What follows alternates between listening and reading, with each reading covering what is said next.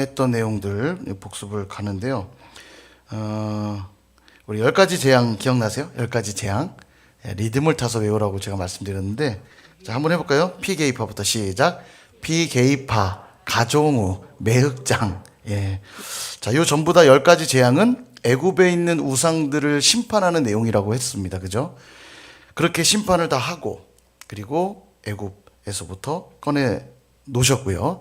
그리고 또 기억할 게 절기 또 중요하다고 말씀을 드렸죠. 절기 크게 3개 정도 절기가 있는데 절기마다 이름이 조금씩 다르기 때문에 제가 3가지씩 해서 총 9가지 이름으로 설명을 드렸는데 기억나세요? 자, 한번 해볼게요. 첫 번째 지켜야 되는 절기 유월절입니다. 예, 유월절과 함께 지켜지는 절기가 2개 더 있죠. 무교절과 초실절. 예. 그래서 요것은 내용은 좀씩 다르지만 같은 절기 안에서 지켜지는 겁니다. 그러니까 6월절이 되면 그날 저녁에 양을 잡고 6월절을 지킨 후에 그 다음 날부터 일주일간 무교병과 쓴나물을 먹으면서 무교절을 일주일간 보내는 거예요.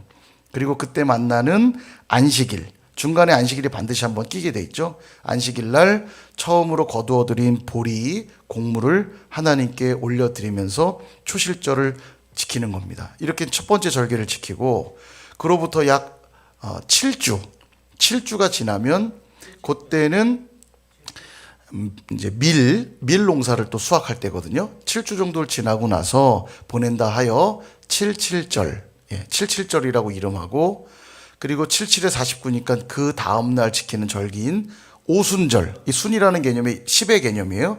그러니까 50이잖아요. 오순이니까 50일째 되는 날 지켜서 오순절. 그리고 이때 밀농사를 또 올려드리니까 예, 맥추절이면서 초실절이기도 합니다. 예, 초실절이기도 해요. 밀농사를 처음 드리는 거니까. 그렇지만 맥추절이라고 이름을 합니다. 그리고 두 번째 절기를 이제 보내는 거죠. 마지막은 이제 초막절이에요. 가을 수확할 때인데, 가을 수확할 때 초막을 광야에 짓고 일주일간 초막 생활을 하는데, 그걸 뭐 장막을 세운다 해서 장막절이라고도 하고 초막절이라고도 하고, 가을 추수한 것을 곡식을 저장해 두는 절기라고 해서 수장절 이렇게 이제 부르기도 합니다. 예, 정리가 되시죠?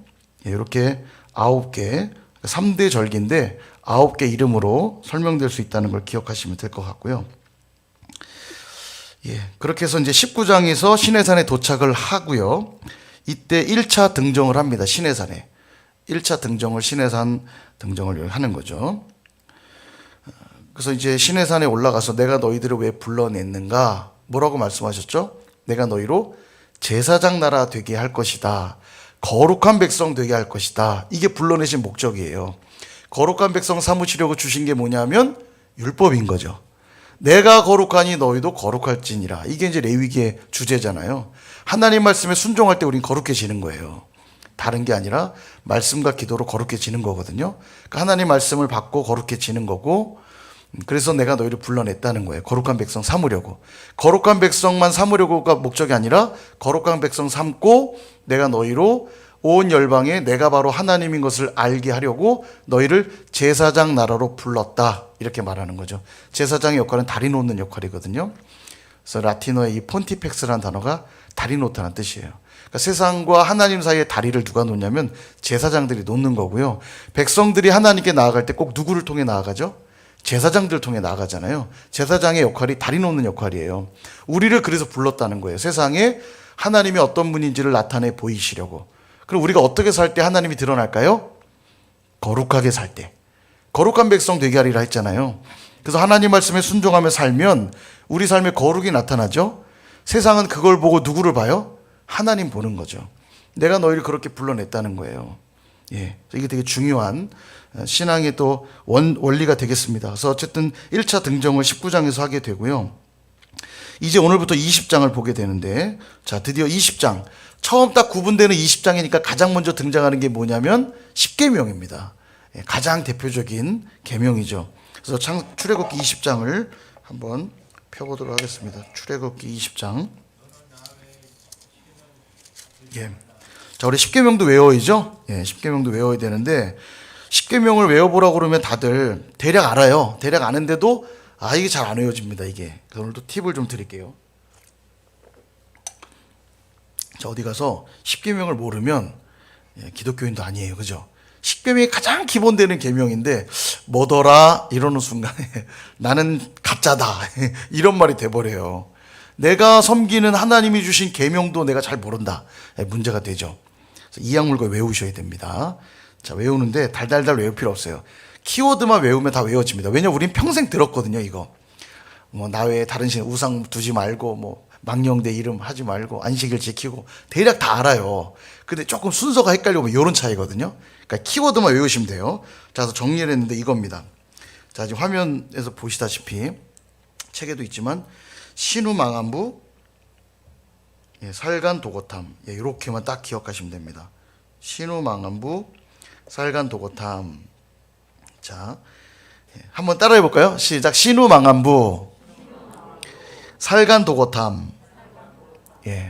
이거 외우셔야 됩니다. 이 정도는 잘 안 외워지는데요. 이 정도 노력해야죠. 계명을 외우는데 이 정도는 노력해야 됩니다. 자, 다시 한번 신우망안부, 살간도고탐. 이제 여러분만 한번 해볼게요. 시작. 자, 이렇게 하고 이제 어떻게 외우시면 되냐면, 자, 보시면 신이 뭔가, 그렇죠. 다른 신만 기억하시면 돼요. 다른 신. 다른 신만 기억하면 그 내용은 우리가 줄줄 읊을 수 있어요. 아, 다른 신을 내게 있게 말라. 딱 정리되죠. 그러니까 훨씬 1계명도 2계명도 둘 다 우상에 대한 건데 내용이 약간 달라요. 첫 계명은 다른 신을 내게 있게 하지 마라. 그러니까 하나님 외에 모든 우상의 내용들을 말하는 거라면, 두 번째 우는 우상이라고 기억하시면 돼요. 우상을 만들지 말라 이렇게 기억하시면 됩니다. 만들지 말라. 그러니까 첫 번째는 총체적인 우상 전부 다 말한다면, 둘째 계명은 내가 우상을 만들고 내가 어떻게 우상을 이제 만들어내는 것 하지 말라는 거예요. 좀 더 구체적 디테일한 명령이죠. 첫째 계명은 좀 더 큰 개념이라면 둘째 계명은 조금 더 세세한 계명이라 기억하시면 되겠습니다. 다른 신 그리고 우상. 신우. 자, 됐죠? 1, 2계명은 둘 다 우상 숭배하지 말라는 계명인데 내용은 약간 달라요. 그래서 딱 이제 누가 말하면 신우망안부 살간도고탐만 기억하면, 10계명 뭐야 그러면 신우망안부 살간도고탐 이러면 안 되고요. 못 알아듣잖아요. 하라 그러면 다른 신을 내게 있게 말고 신우망안부만 기억하는 거죠. 그 다음에 우상을 만들면 안 되고 우상을 섬겨서도 안 되고, 3계명 딱 뭐냐? 망령. 망령. 여호와 이름을 망령되이 일컫지 말라. 여호와 이름을 망령되게, 함부로 하면 안 되는 거죠. 망령. 자, 그리고 안은 안식일. 이 정도는 우리가 다 이제 알 수 있죠. 안식일. 부는 부모 공경. 부모만 기억하면 부모 공경 하라는 얘기는 뭐 딱 나오죠. 살은 살인, 간음, 도둑질, 거짓말, 탐심. 이렇게. 자, 이렇게만 딱 키워드만 정리하시면 줄줄줄 그다음 읊을 수 있어요. 이거보다 제가 볼 땐 탁월한 방법이 없습니다. 제가 다양하게 있지만 기억 안 나요. 따르게 외우면. 이것만 기억하면 기억 오랫동안 납니다. 자, 해볼게요. 신우망안부, 살간도고탐. 자, 이제 화면 보지 마시고 머릿속을 떠올리면서 제가 하나씩 단어를 던지면 한번 그 키워드를 말씀해 보세요. 신, 다른 신. 막 설명 많이 하지도 마세요. 다른 신. 우상. 망령. 망령. 망령이 뭐더라 이러면 몰라요. 그럼 대책이 없어요. 그럼 여호와 이름을 망령대하지 마라. 안식일. 부모.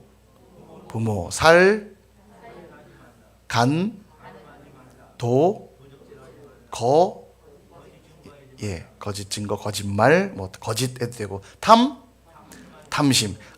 이웃의 아내를 탐하지도 말고 물건을 탐하지도 말고 탐심이라고 정리하면 돼요. 거기에 다 들어있는 거죠. 자, 이제 여러분들이 한번 해볼게요. 여러분들이 자, 키워드를 하나씩 말하고, 그러니까 그 단어를 말하고,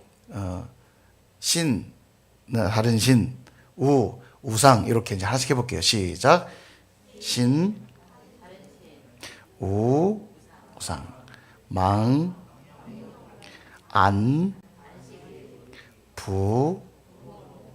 살,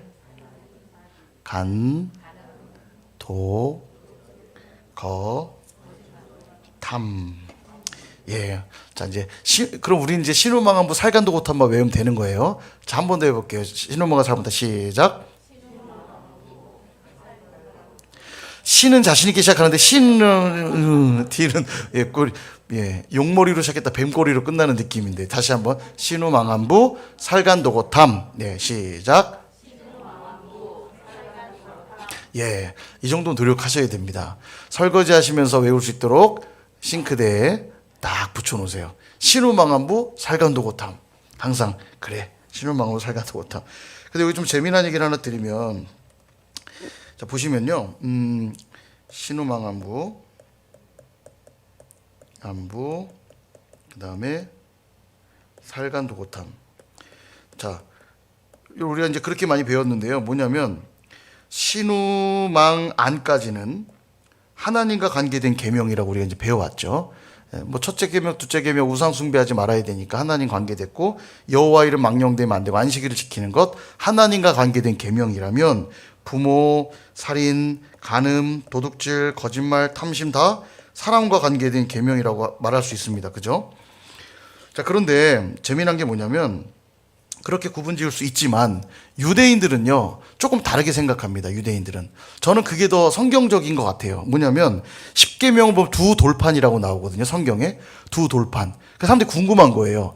돌판에 하나님이 어떤 계명을 어떻게 써주셨을까가 궁금한 거예요. 알 수는 없죠. 알 수는 없는데 지금처럼 구분한 대로 1, 2, 3, 4계명은 하나님과 관계된 것, 5계명부터 10계명은 사람과 관계됐다고 생각하면 두 돌판을 이렇게 하나님이 두 돌판에 주셨잖아요. 그러면 1, 2, 3, 4, 5부터 10 이렇게 주셨을 수도 있고요. 자, 또 하나는 이 돌판에 1부터 5, 6부터 10. 근데 유대인들은 이렇게 이제 써주셨다고 믿어요. 근데 저는 이게 성경적인 것 같아요. 부모 공경을 여기다 넣는 거죠. 제가 이게 성경적이라고 느끼는 게 뭐냐면 하나님을 경외하고 하나님을 공경하는 것은 결국 무엇으로 어느 정도 증명이 되냐면 부모 공경으로 드러나요. 그러니까 눈에 보이는 부모를 향한 공경심도 없는 자가 보이지도 않는 하나님을 섬긴다는 건 말이 안 되거든요. 그래서 루터는 뭐라고 그랬냐면 부모는 하나님의 대리자다. 저는 그 말이 참 맞다고 생각합니다. 그러니까 내가 지금 나를 낳아주신 부모님을 공경하는 것도 안 되는 사람이 부모를 무시하면서 예배당에 나와 하나님을 막 손들고 찬양하면서 경배합니다 한다는 게 거짓말일 수밖에 없는 거예요. 보이지도 않는 하나님을 어떻게 경배할 수 있겠어요? 보이는 자기의 부모도 공경하지 못하는데요. 그래서 저는 부모 공경 역시 하나님과 관계된 계명이라고 보는 게 전 상당히 성경적이라는 생각이 들어요. 어쨌든 이거는 뭐 성경에 나온 얘기는 아닌데 그런 생각이 듭니다. 1부터 5계명까지 6부터 10계명까지 돌판에 그렇게 쓰여지지 않았을까? 저도 그렇게 생각이 들어요.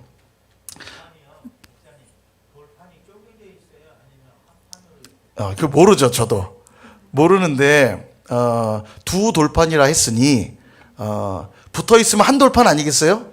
그죠? 붙어 있으면 하나잖아요. 붙어 있지 않았고 또 뭐 넘기는 개념도 아니니까 돌이니까 돌판을 두 개로 받았겠죠. 그죠? 그죠? 뭐 굳이 상상을 해본다면 붙어 있다면 한 돌판인데 돌판에 뭐 한 돌판에 이렇게 했겠지만 두 돌판이라 했으니까 아마 뭐 이렇게 쪼개져 있지 않았을까요? 예. 그 본질은 아닌 것 같고요. 예, 그거는 본질은 아닌 것 같은데 여하튼 그렇다는 걸 참고하시면 이런 얘기들이 흥미롭지 않나요? 전 이런 게 흥미롭더라고요. 예. 여하튼 신우망한부 살간도고탐 이렇게 잘라서 기억하시면 십계명이 쏙 기억에 되실 겁니다. 그죠? 그래서 성경을 다시 보시면 20장 보시면은 쭉 나와요. 한번 읽어 보시고요. 21장부터 보시면은 이제 율법에 대한 자세한 내용들, 종에 관해서 또 살인이나 폭행에 대해서 이제 쭉 여러 가지 배상하는 법들 쭉 나오는데 제가 몇 개 재미난 것만 좀 골라서 설명드리고 지나갈게요. 보면은 21장 23절 보시면 이게 동해 보복법이라는 겁니다. 동해 보복법. 동일한 해를 갚아주는 법이란 뜻이에요. 동해 보복법. 내용을 보면 생명은 생명으로, 눈은 눈으로, 이는 이로, 손은 손으로, 발은 발로, 된 것은 된 것으로, 상하게 한 것은 상함으로, 때린 것은 때림으로 갚으라. 이렇게 말하죠. 그러니까 뭔가 이 보복하라는 명령이잖아요. 예. 그러다 보니까 좀 뭐 하나님이 이런 명령도 하시나 싶겠지만 이것은 그런 의미는 아니고요. 사람이 복수할 때는요, 절대로 받은 만큼 돌려주지 않습니다. 받은 것 이상으로 돌려주거든요.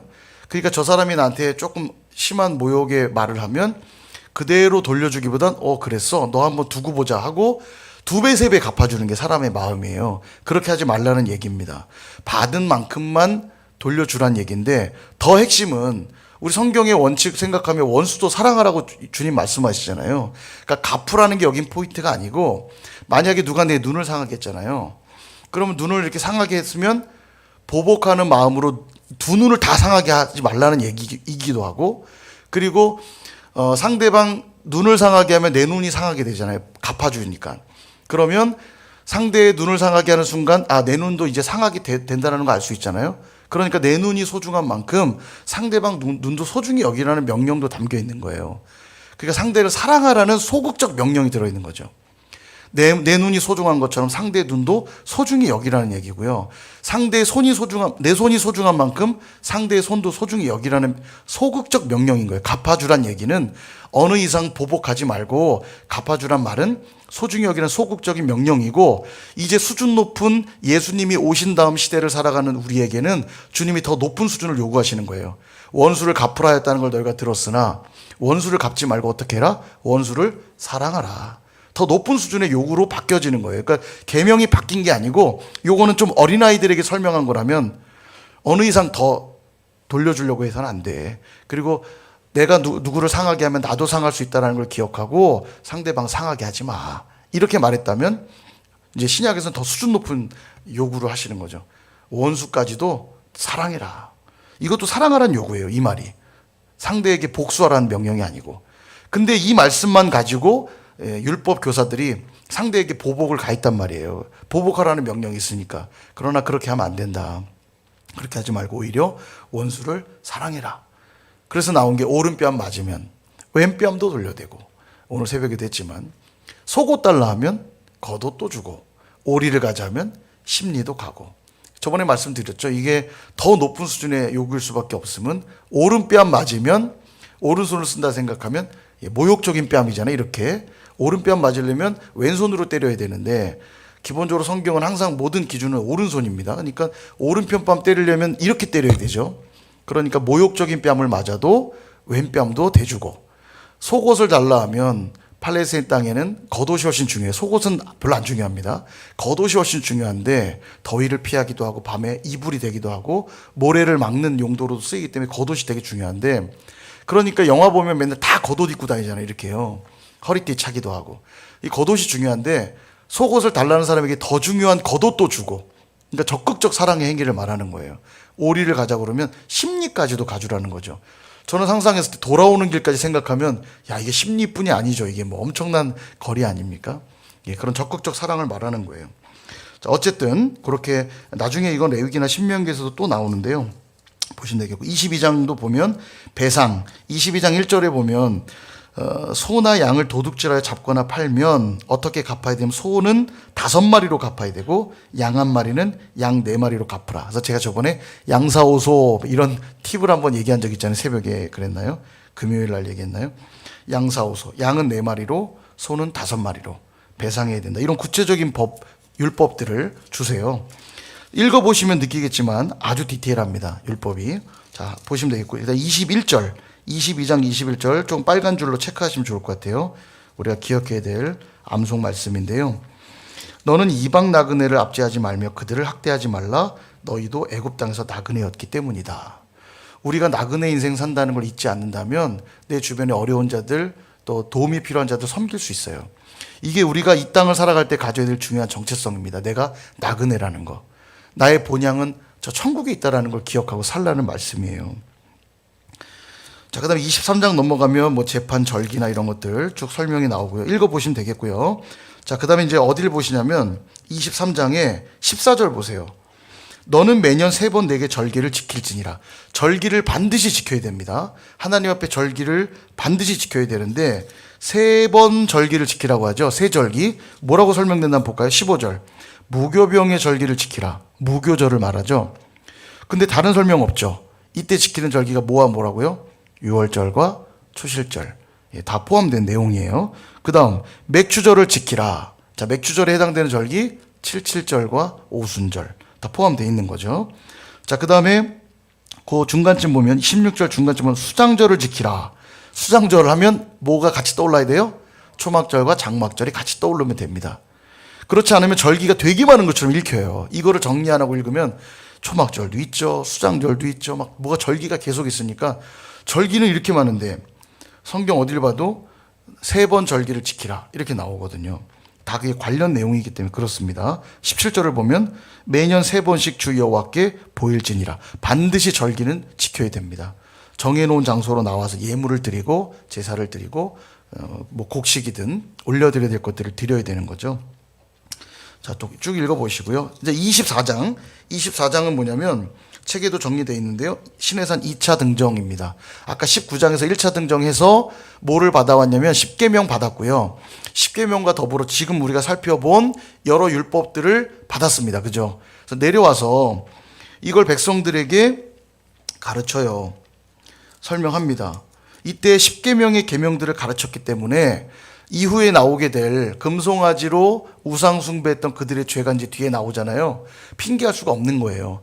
절대 다른 신을 내게 있게 말고 우상을 만들지도 말고 섬기지 말라고 분명히 10계명을 통해 가르쳤는데 불과 모세가 그 다음 올라가고 40일이니까 불과 2달도 채 되지 않아서 우상 숭배한 겁니다. 이들은요. 핑계할 수가 없는 거죠. 그러니까. 자, 그래서 7절을 보시면 24장 7절을 보시면 언약서를 가져다가 백성에게 낭독하여 듣게 하니 그들이 이르되 여호와의 모든 말씀을 우리가 준행하리이다. 이 대답을 함으로써 하나님과 백성들 사이 뭐가 체결된 거예요? 언약이 체결된 겁니다. 예, 이 율법을 통해서 하나님과 계약을 맺은 거예요. 이제 나는 너희의 하나님이 되고 너는 나의 백성 되리라. 이 율법으로 체결한 겁니다. 그리고 나서 이제 모세가 2차 시내산에 올라가서 40일을 보내는 거죠. 그때 올라가서 이제 또 무슨 내용들을 봤냐면 25장부터 나오는 게 바로 그 내용인데, 자, 이제 보시면 성막에 대한 설명들이 나와요. 이제 앞에는 20장부터 23장까지는 율법 내용이 있었죠. 그리고 24장에서 잠깐 언약 체결식을 갖고 다시 25장부터 뭐가 나오냐면 성막을 어떻게 만들라는 지시를 시내산에 올라가 받는 거예요. 예. 그래서 이제 구체적으로 나와요. 뭐 증거궤는 어떻게 만들고 진설병은 어떻게 하고 등잔대 기구들을 어떻게 만들라. 26장에 넘어가면 성막에 대한 설명들 하면서 덮개는 어떻게 덮고 쭉 설명 나와요. 27장에 가면 번제단 어떻게 만들고 성막의 뜰 어떻게 하고 28장 넘어가면 제사장의 옷은 어떻게 만들고 그 다음에 29장에 넘어가면 위임식은 어떻게 해야 되는지 제사장들의 위임식에 대한 설명까지 합니다.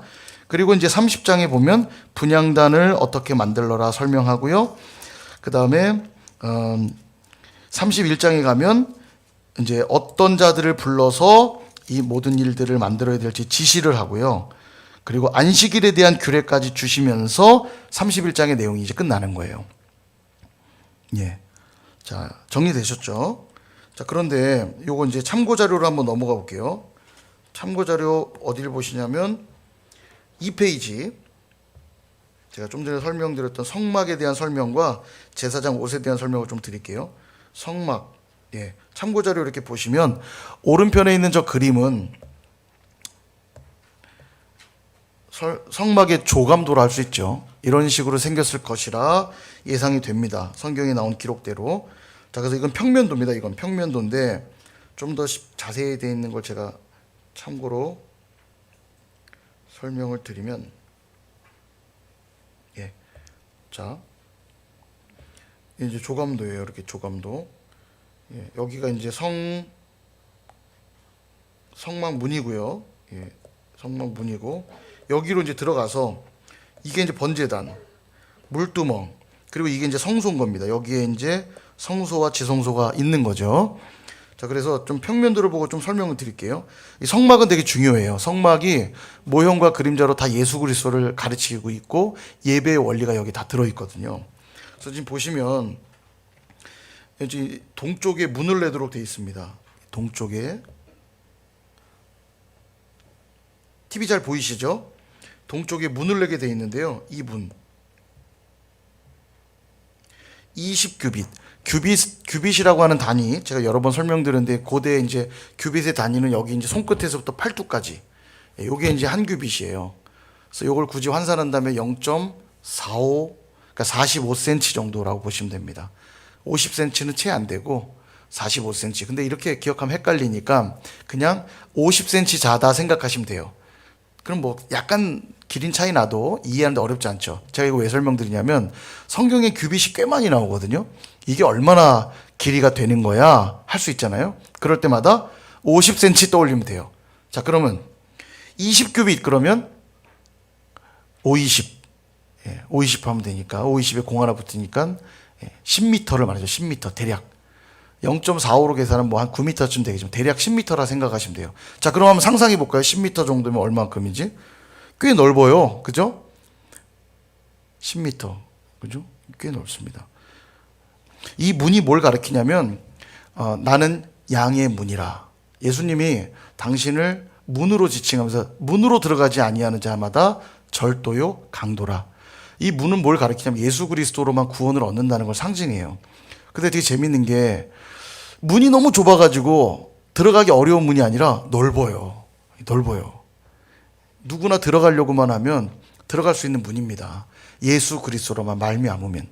그런 것들을 좀 보여주고요. 들어가면 만나는 게 번제단. 번제단은 우리가 뭐 제사 얘기하면서 이미 살펴봤죠. 거기서 제물을 다 잡고 각을 뜬 다음에 태워 드릴 때 번제단에서 드리게 되고요. 이 번제단을 지나면 물두멍을 만납니다. 물두멍은 노수로 만든 이 대야 같은 건데 물을 담아놔서 여기서 손과 발을 씻게 돼 있어요. 왜냐하면 번제단에서 죄사함을 입었죠. 죄사함을 입었지만 그을름 등이 발생했겠고 또 이 바닥이 먼지 바닥일 테니까 손과 발이 여전히 더러워졌을 겁니다. 그래서 구원받은 백성들은 베드로에게도 그러시잖아요. 주님, 내 몸을 다 씻겨주세요. 그랬더니 이미 구원받은 자들은 다 씻을 필요 없다. 발만 씻으면 돼. 손만 씻으면 된다. 말한 것과 비슷한 이치인 거예요. 그렇게 번제단을 지난 자들에게는 손과 발을 씻는 일이 있는 거예요. 물두멍을 통해 또 거기 비치는 내 얼굴을 보면서 내 얼굴도 살피고 그 다음에 손도 씻고 발도 씻고 그리고 나서 이제 여기 성소로 들어가는 거죠. 이렇게 성소로 들어가면 성소는 두 개로 구분되어 있습니다. 이렇게 여기가 성소고요. 여기가 지성소예요. 성소를 먼저 들어가면 세 개를 만나요. 오른쪽에는 진설병상, 이름하여 이제 떡상이라고 말할 수 있어요. 떡을 올려놓는 상이란 말이에요. 진설하다. 진설병, 병은 이제 떡병자니까 떡을 진설한 상. 그래서 이제 한자로 말하려니까 이제 진설병상 이렇게 말하는데 떡을 올려놓은 상을 말합니다. 떡상이죠, 떡상. 이 떡은 12개 떡을 올려놓게 되어 있고요. 이스라엘의 12지파를 상징하고 또 이 떡은 생명의 떡 대신 그리스도도 상징하고.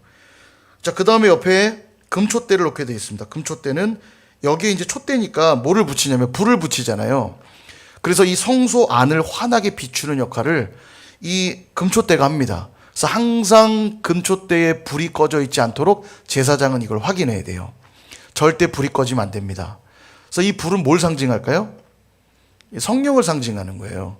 성령의 불을 상징하죠.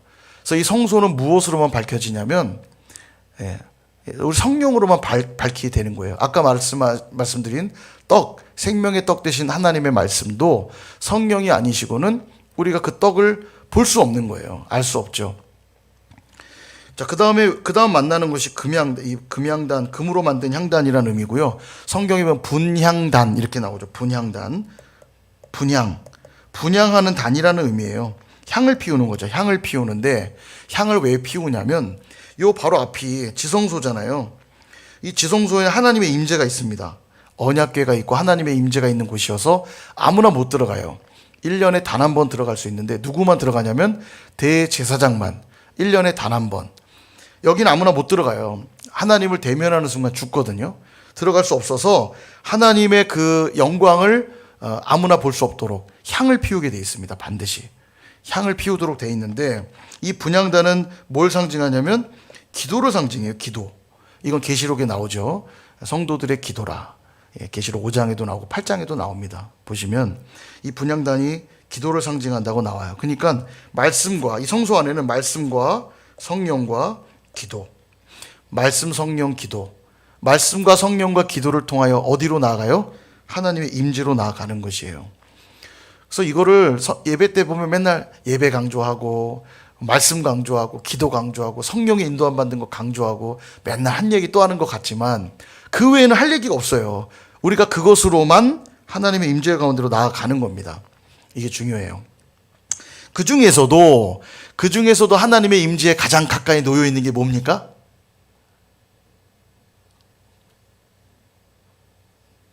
설명을 잘 안 들으신 것 같은데 들으셔야 되겠네. 자, 다시 한번. 자, 하나님의 임재에 가장 가까이 놓여 있는 게 뭐예요? 예. 분향단. 금향단이라고 해도 이제 분향단. 성경에 이제 분향단이라고 나오니까 분향단이 하나님의 임재에 가장 가까이 있어요. 여러분, 기도하지 않고 하나님을 만날 수 없어요. 하나님의 임재를 경험할 수 없습니다. 예, 말씀도 필요하고 성령 인도는 필요한데 말씀과 성령 인도는 받아 기도의 자리를 통하여 하나님의 임재 가운데로 나아가는 거예요. 그래서 기도는 너무 중요합니다. 기도하셔야 돼요. 기도 너무 중요해요. 자, 기도를 강조하려고 제가 질문을 던졌는데 대답들 안 하셔서 멈칫했습니다. 자, 그래서 이제 언약궤로 나아가면 언약궤, 증거궤, 법궤 다 같은 이름이에요. 언약궤, 언약을 맺어 주신 궤이기 때문에 언약궤라 불리고, 거기에 증거의 돌판들이 들어있기 때문에 증거궤라고도 불리고, 율법이기 때문에 그게 곧 법이잖아요. 그래서 법궤라고도 불려요. 다 같은 이름이에요. 다른 거 아니고 언약궤, 증거궤, 법궤 다 같은 말입니다. 근데 이제 언약궤로 가보면, 자, 언약궤에 가보면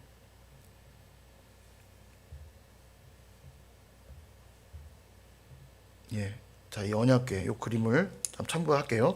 자, 이렇게 언약궤가 있으면 요 위에 희한한 게 있죠. 이렇게 희한한 게 있는데 이게 뭐냐면, 잘 보시면 여기 뭐 얼굴 같죠? 여기 얼굴.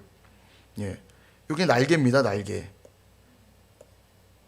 그래서 이거 이 천사예요. 천사. 천사인데 이 천사 이름이 뭐냐면 그룹이에요. 이 천사 이름이 그룹. 언약궤 위에 그룹을 만들라고 나오거든요. 이 내용을 모르고 읽으면 이게 그룹을 만든 게 뭔가 하는데 천사 이름이 그룹이에요. 우리 이사야를 보면서 또 나오는데 천사의 대표적인 또 한 그룹 천사의 하나의 이름이 그룹, 또 하나는 스랍. 스랍. 이사야에서 기억나죠? 주께서 높은 보좌에 앉으셨고 그 옷자락의 성전에 가득한데 스랍들이 6날개로 이렇게 막 날면서 얼굴을 가리고 발을 가렸다. 그때 그 천사 이름은 스랍이에요. 하나님 보좌에서 시중 드는 천사입니다. 찬양하는 천사예요. 계속 거룩하다, 거룩하다, 거룩하다 막 찬양하고 하나님 보좌에서 시중 드는 천사는 스랍이라면, 이 그룹은 이렇게 언약궤 위에서 있는 이 천사죠. 그래서 이 그룹 날개, 성경에 보면 그룹 날개 아래 이런 표현들이 나오거든요. 그러면 그룹, 이게 그룹이죠. 여기 날개죠. 그룹 날개 아래니까 여기를 말하는 거예요. 여기 그룹 날개 아래라고 하는 건 바로 이 공간. 그룹 날개 아래. 여기가 뭐냐? 여기가 바로 속죄소. 옛날 성경에 보면 시은좌라고도 나오는데 무슨 말이냐면 은혜가 베풀어지는 자리, 그런 뜻이에요. 시은좌, 좀 옛날 표현이고, 우리 성경에 뭐 속죄소라고 나옵니다. 거기서 속죄가 이루어져요. 대제사장이 속죄 피를 가지고 드디어 1년에 한 번 지성소로 들어가죠. 들어가면 거기서 언약궤 앞에 있는 그룹 날개 아래에서 만나주시겠다는 그 장소, 제가 동그라미 친 이 장소에 그 속죄의 피를 뿌리게 돼 있어요. 이렇게 뿌림으로 백성들의 죄가 다 사함을 얻고, 그리고 하나님의 임재를 경험하죠. 자, 그래서 여기가 속죄소입니다. 여기가 속죄소고 여기서 하나님 만나주시겠다고 약속했어요.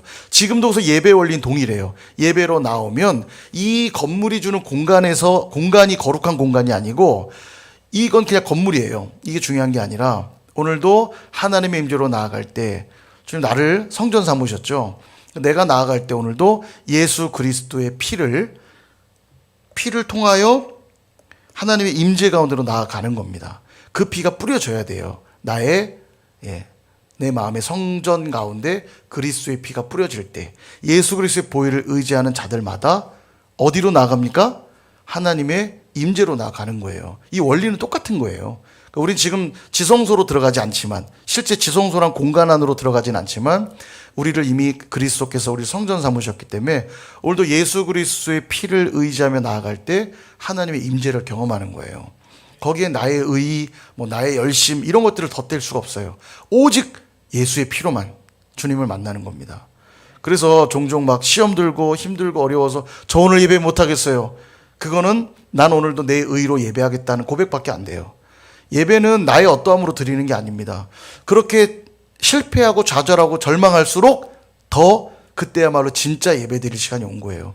오늘 나의 마음으로는 예배할 수 없지만 예수 그리스도의 보혈을 의지해서 제가 오늘도 나아갑니다. 한번 그렇게 예배 드려보세요.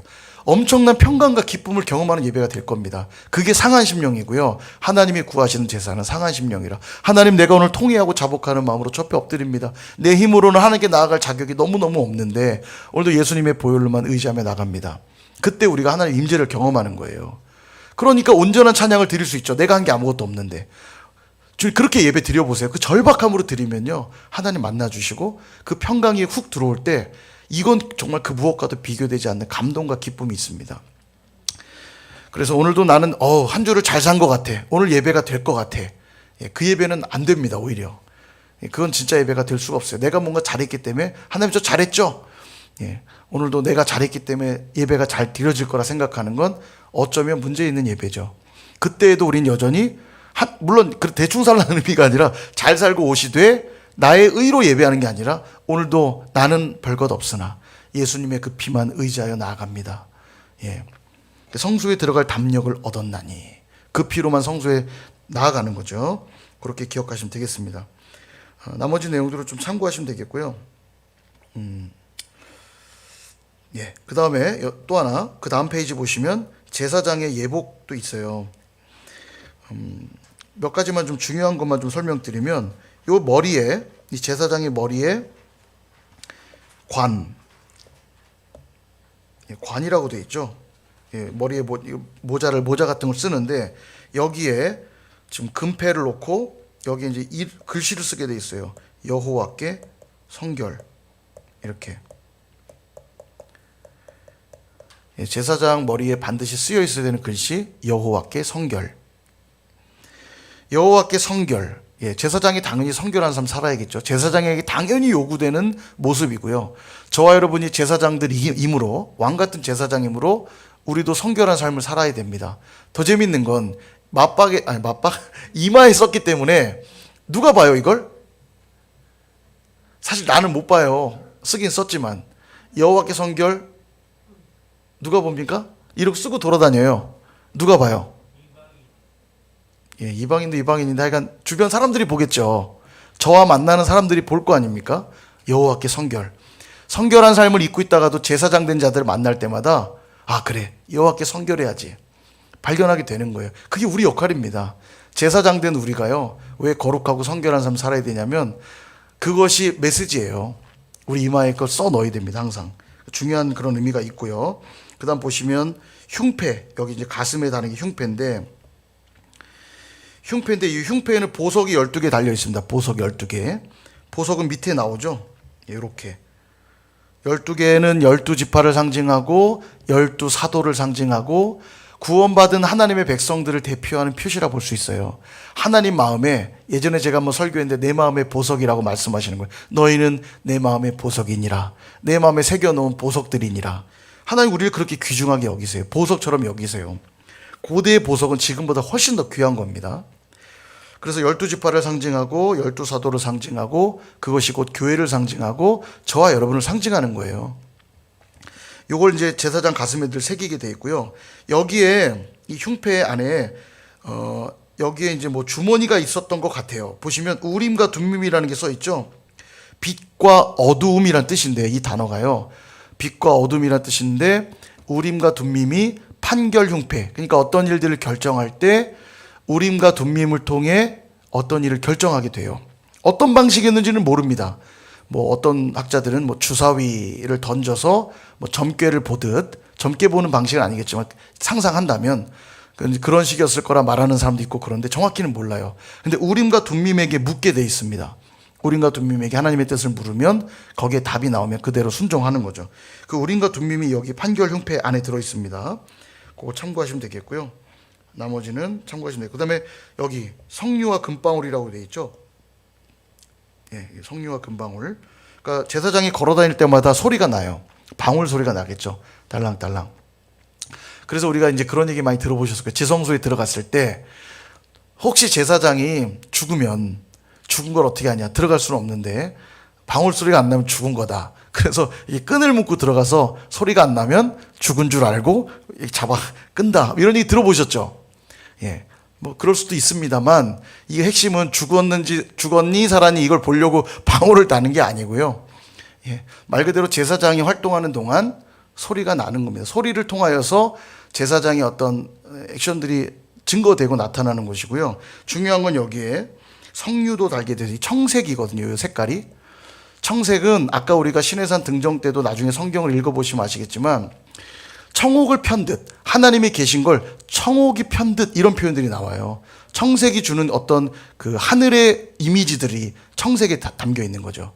그 제사장은 하나님, 하늘 백성인 거예요. 이 땅을 디디며 산다고 이 땅 백성 아니고 하나님 백성인 겁니다. 그래서 우리가 걸어 다닐 때마다 우리는 방울 소리를 내는 거고요. 하나님의 어떠하심을 드러내는 것이고 하나님 나라 백성으로 사는 거예요. 그러니까 제사장은 완전히 하나님의 어떠하심을 드러내는 수단이고 통로가 되는 거죠. 우리가 그런 존재입니다. 제사장들이. 우리가 왕 같은 제사장이니까요. 예, 그렇게 보시면 되겠고, 나머지는 제가 설명드린 걸 참고해서 숙제로 집에서 40장까지 읽어보시면 될 것이고요. 이제 32장 넘어가서 금송아지 사건이 나오죠. 금송아지 사건 너무너무 잘 아는데, 40일간 모세가 이렇게 하나님 말씀을 받고 있는데 밑에서는 야, 모세가 안 오는 거 보니까 죽었나 보다. 아론에게 가서 우리를 인도할 신을 빨리 내놔라. 그러니까 아론이 그래, 너희들 귀에서 금고리랑 이런 거 다 내놔봐. 애굽 백성들에게서 받았던 것들이거든요. 출애굽할 때 애굽 백성들로부터 다 이런 것들을 받아서 나와요. 이걸로 뭐 하려고 받은 거냐면 성막 짓고 이런 일 하려고 하나님이 받아서 나오라고 한 건데, 하나님의 성막을 세워야 될 그 중요한 재료를 가지고 뭐 했으냐면 금송아지 만드는 데 쓴 겁니다. 그리고 아론과 함께 우상 숭배를 하죠. 난리가 나죠. 하나님이 이제 보내고, 읽어보시고 33장 그 내용 나오고요. 모세가 이제 중재를 하는데요. 그 중재의 모습은 예수님의 모습과 닮아 있죠.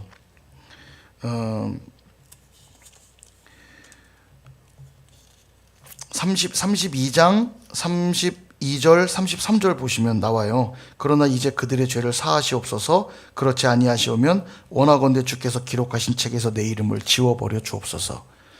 예, 엄청나죠.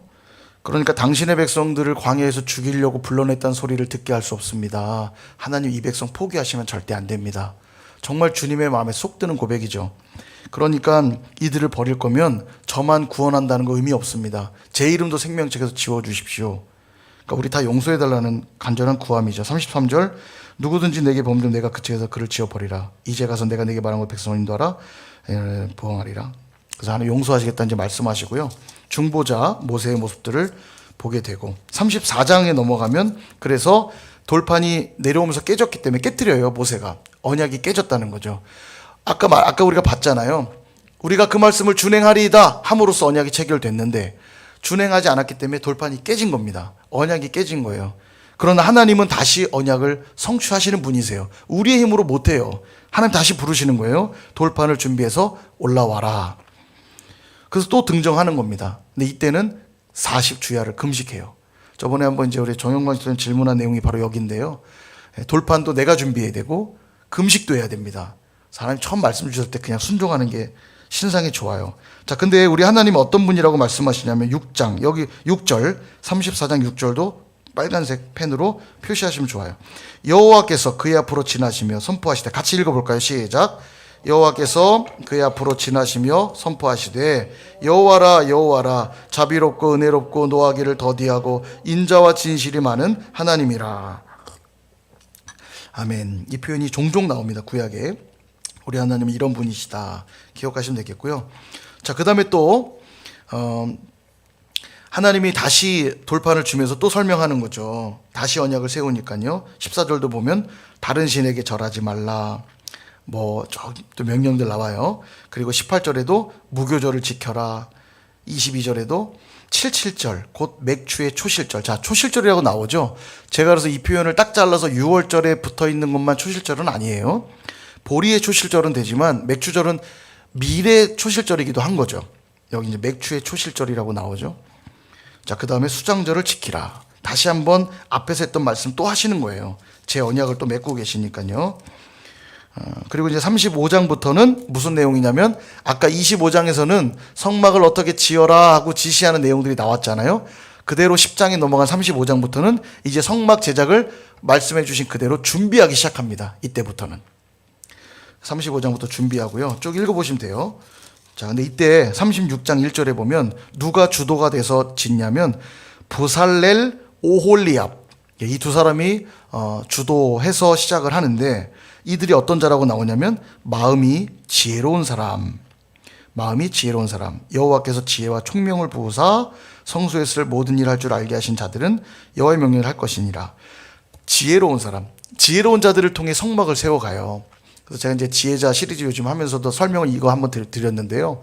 오늘도 하나님의 교회를 세워가실 때 어떤 자들을 통해 세우냐면 막 돈 많은 사람, 뭐 힘센 사람, 그게 중요하지 않습니다. 제일 중요한 것 지혜로운 사람.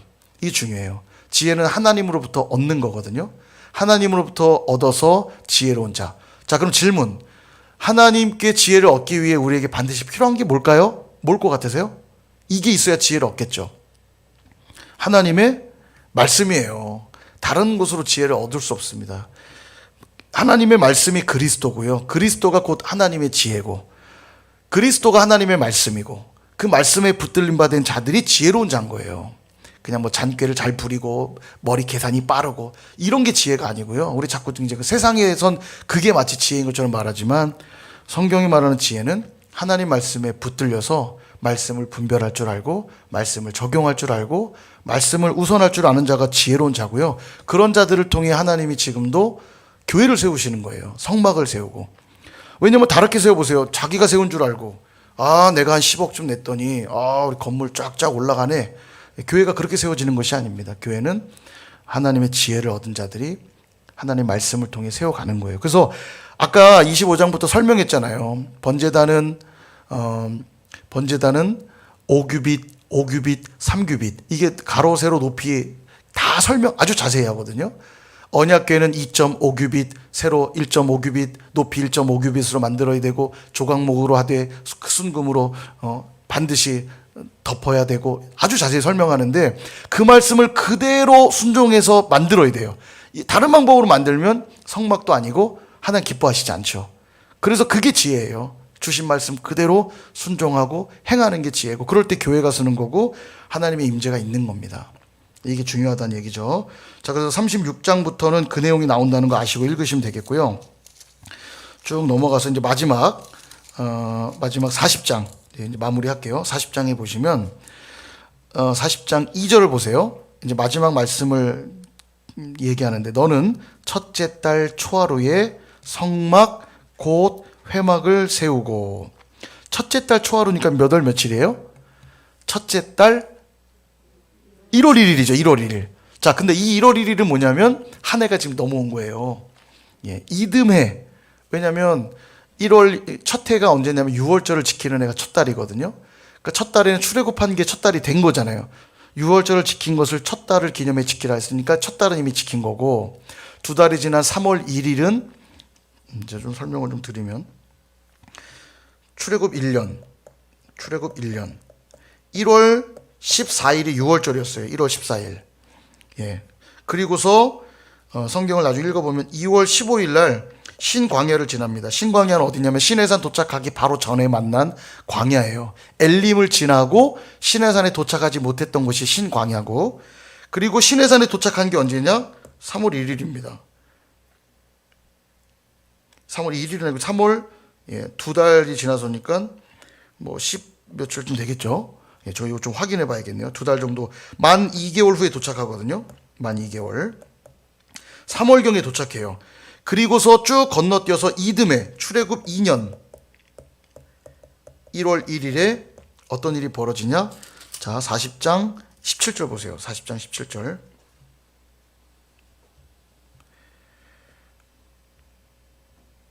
(40장 17절을) 보시면은 둘째 해 첫째 달 곧 그 달 초하루에 출애굽 2년 1월 1일에 성막을 세우니라. 드디어 성막을 딱 세웠습니다. 성막 세운 날이 언제예요?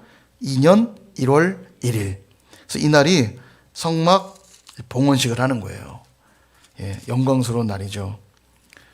영광스러운 날입니다. 자, 그래서 34절 보시면 구름이 회막에 덮이고 여호와의 영광이 성막에 충만함에 모세가 회막에 들어갈 수 없었으니 이는 구름이 회막 위에 덮이고 여호와의 영광이 성막에 충만함이었으며 구름이 성막 위에서 떠오를 때에는 이스라엘 자손이 그 모든 행진은 길에 앞으로 나아갔고 구름이 떠오르지 않을 때는 떠오르는 데까지 나아가지 아니하였으며. 자, 이제 성막 봉헌식을 하면 하나님의 임재가 있었고 그 다음 내용은 뭐냐면 그 다음부터 행진할 때와 행진하지 않을 때는 어떻게 결정짓냐면 그 성막의 구름이 가만히 있으면 그냥 진치고 있는 거예요. 그래서 성막이 떠서 이동하면 구름 따라 가는 겁니다. 이렇게 이동했다는 거예요. 그러니까 철저하게 우리는 하루하루를 누구의 인도함 받아야 돼요? 하나님 인도함 받아야 된다는 걸 보여주고 있는 거예요. 성막, 우리가 교회된 자들이잖아요. 하나님의 말씀으로 교회로 세워졌다면 우리는 우리의 의지대로 막 걸어가는 자들이 아니라 하나님의 인도함 따라 하루하루 가야 돼요. 근데 따라가는 건 어렵지 않은데 저는 이게 어렵더라고요. 뭐가 37절 보세요. 저는 이게 어렵더라고요. 구름이 떠오르지 않을 때는 떠오르는 날까지 나아가지 아니하였으며. 저는 이게 힘든 것 같아요. 지금 빨리 가야 되는데 저 가나안 땅. 구름이 움직이질 않네. 자, 그날도 나가서 딱 보니까 안 움직여. 오늘도 가실 생각이 없으시네. 다음날 오늘은 가나? 오늘도 안 움직여. 도대체 주님 언제 가시려고 그러지? 전 요게 힘든 것 같아요. 근데 그때도 우리가 빨리 가고 싶다고 가서는 안 된다는 얘기죠. 가실 때 따라가는 건 좀 수월할 것 같은데 안 움직이실 때가 있어요. 지금은 기다려야 될 때가 있습니다. 그때 기다리는 게 그것도 인도함 받는 거예요. 가만히 있는 것도 어떨 땐 인도함 받는 거라고요. 자꾸 인도함 받는다 그러면 뭔가 막 해야 된다 생각하고 막 내 의지를 갖고 뭐 하려고 그러는데 그게 항상 인도함 받는 게 아닐 수 있어요. 어떨 때는 가만히 정말 기도만 하면서 기다릴 때가 인도함 받을 때가 있어요. 어쩌면 코로나 시국은 하나님이 성막 위에 머물러 있는 것 같은 시간 같기도 해요. 아무것도 할 수가 없어요. 정말 그냥 예배하고 기도하는 일 외에는, 말씀 보는 일 외에는 할 게 없어요.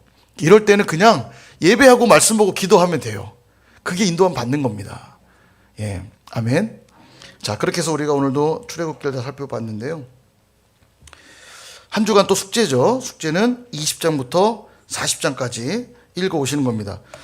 1장부터 19장까지는 읽어 오셨나요? 네. 그냥 안 읽어 오신 것 같은데? 불안한데요? 읽어 오셨죠? 네. 제가 이제 객관적인 걸 설명드린 것은 나중에 읽으실 때 더 쉽게 이해할 수 있게 객관 설명 드린 거기 때문에 꼭 읽어보세요. 그럼 생각보다 쏙쏙 들어옵니다. 진짜 이렇게 설명되고 있네? 이렇게 설명되시면 머릿속에 오랫동안 기억이 남을 것이고요. 자, 복습만 하고 마칠게요. 10계명 한번 해볼게요. 10계명. 잠깐 지났기 때문에 지금 까먹었을 수 있어요. 자, 신우망안부 살간도고탐. 시작. 신우망안부 살간도고탐. 딱 끊어서 좀 외우시면 좋을 거고. 한 번 더 시작. 오늘의 핵심 기억해야 될 거 10계명. 자, 10계명에. 자, 열재양 시작. 비개입파 가종우 매흑장. 10계명 시작. 신우망안부 살간도고탐. 자, 천지창조 시작. 빛궁땅 해물동안. 잘잘잘 나오셔야 돼요 이제는. 자, 10계명 시작. 자, 그럼 제가 문제 내볼게요. 6계명은 살인. 이게 5개씩 끊었으니까 딱 나와요. 1, 2, 3, 4, 5, 6, 7, 8, 9, 10이니까 두 번째 덩어리 첫 번째가 6이니까 6계명 그럼 살인하지 말라. 딱 우리 나오죠. 자, 9계명. 예, 거짓말하지 말고. 자, 2계명. 예, 우상 숭배하지 말고. 딱 이 키워드만 기억하면 그냥 바로 나옵니다. 4계명. 예, 안식일을 예, 설마 안식일을 지키지 말라 이렇게 할 리는 없으니까 안식일만 기억하면 딱 나오죠. 자, 마지막 10계명, 10번째 계명. 예, 탐심하지 마라. 탐심에 다 들어있는 거예요. 이웃의 아내도 탐하지 말고, 물건도 탐하지 말고, 종도 탐하지 말고, 아무것도 탐하지 마라. 자, 이렇게 정리가 됐습니다. 한 주간 40장까지 말씀 꼭 읽어오시기 바랍니다. 예, 출애굽기도 성경 퀴즈 대회 하면 재밌을 것 같아요. 재미난 내용들이 무지 많기 때문에. 그 예전에 제가 한번 청년들 데리고 해봤는데 성막 만드는 재료도 있어요. 재밌어요. 저 진짜 성막을 만들어서 내가 번제단도 만들어 막 붙이고 물두멍도 만들어 붙이고 탁 틀도 만들고 하면 재밌는데 모르겠습니다. 나중에 기회가 되면 성막 만들기도 한번 하면 재밌을 것 같아요. 되게 막 와닿습니다. 하나씩 의미를 생각하면서 만들면 재밌는데 예, 나중에 한번 기회가 되면 해보도록 하고요. 또 저는 또 해보고 싶은 게 이제 이 제사 한번 해보면 이게 재밌을 것 같아요. 제사.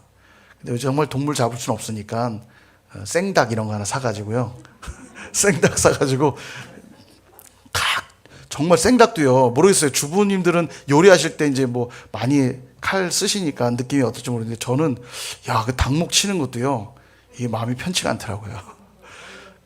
딱 안수하고 닭에게 안수 딱 하고 예, 닭목을 탁 칠 때 이게 쾌감이 오는지 아니면 죄책감이 오는지 야, 죄지면 안 되겠구나. 살아있는 동물을 죽일 때 정말 참혹하다 느낄 것 같아요. 근데 주님이 우리 위해 죽으셨다니까요. 여기에 감동이 없다는 건 말이 안 됩니다. 동물 하나 죽여도요.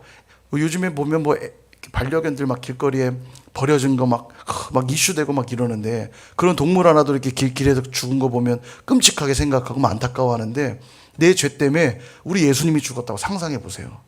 이거는 뭐 상상 정도라 사실이잖아요. 감동하지 않을 수가 없어요. 정말.